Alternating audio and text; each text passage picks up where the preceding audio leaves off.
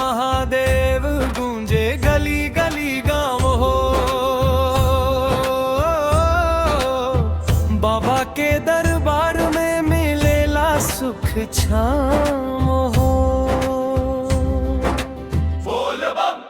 बोल बम जय शिव शंकर। रौरा नाम लेत ही कटेला सब संकट।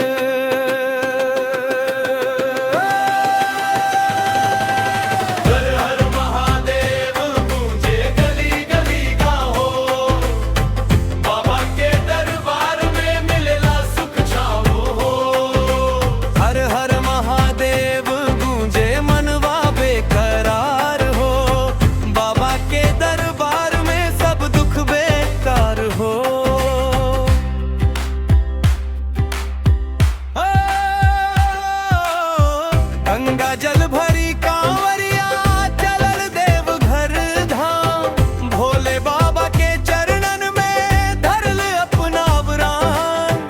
बेल पत्र धतुरा चढ़ाई मनवा हो गईल धन्य। भोले के कृपा से भर जाला जीवन में पावन रंग।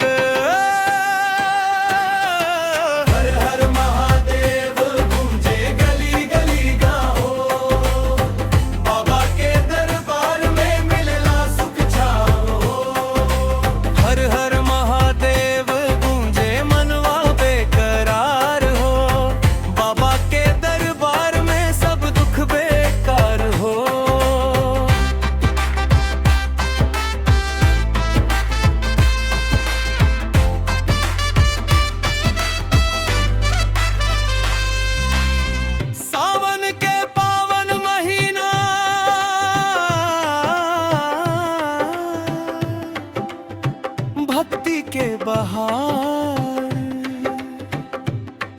भोलेनाथ के नाम बिना सुना लागे संसार। दया के सागर शंभू राखी सभे के लाज। रूरे चरणन में बाबा हमार पूरा समाज।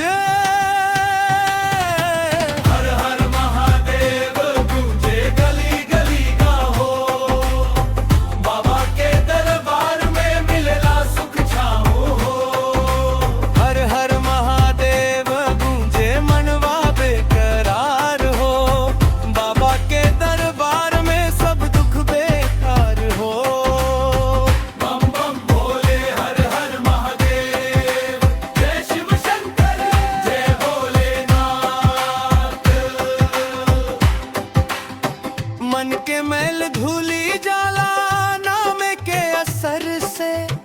रूरा भक्ति में